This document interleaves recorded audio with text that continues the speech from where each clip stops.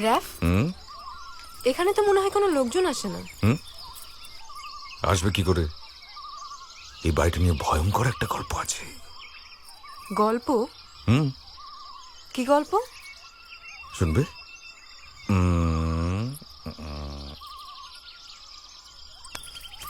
ওদিকে তো বসো, আসো আসো আসো আসো আসো আসো আস্তে, আস্তে। আসো, বসো বসো বসো। একটা স্ন্যাপস হয়েছে।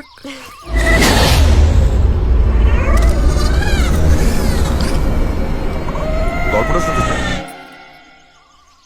এই দত্তবাড়ির জমিদাররা ভীষণ রকমের অত্যাচারী ছিল, ভীষণ রকম। বিশেষ করে দত্তবাড়ির শেষ কর্তা দূর দূরান্ত থেকে সুন্দরী মেয়েদেরকে ধরে নিয়ে আসতো। শুধু ধরে নিয়ে এসে ক্ষান্ত হতো না,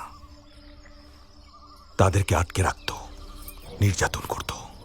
তারপর একটা পর্যায়ে পেছনে একটা কুয়া আছে, সেখানে ফেলে দিত।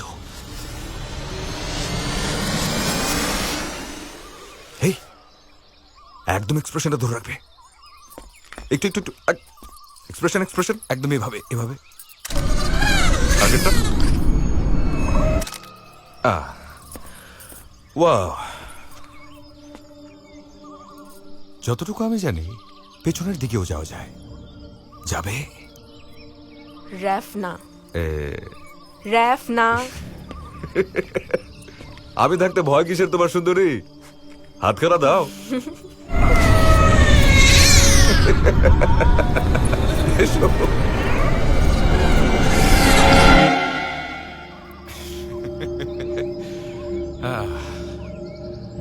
বাহ, কি সুন্দর।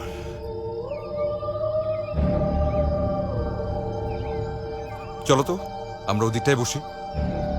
আরে আসো আসো আসো আসো, বসো বসো বসো এখানে। আচ্ছা র‍্যাফ, দত্তদের কেউ কিছু বলতো না? আগে বলতো না। যেদিন ইমাম সাহেবের মেয়েকে জমিদার বাড়ির লোকজন জোর করে ধরে নিয়ে আসে, সেদিন গ্রামবাসীরা সবাই ক্ষুব্ধ হয়ে যায়।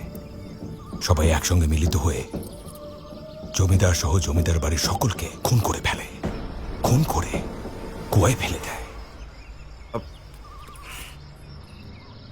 এখানে তো একটা কুয়া থাকবার কথা। ওই যে কুয়া। এসো, কুয়ার সামনে ছবি তুলবো। এসো, এখানে বসো।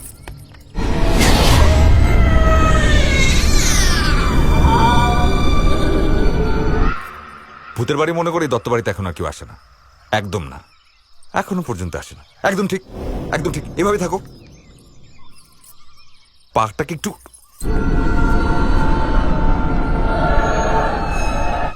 একটু হেলান দাও না। আর কত হেলান দিব? তুমি তোলো তো, Please. তোলো তুমি। একটু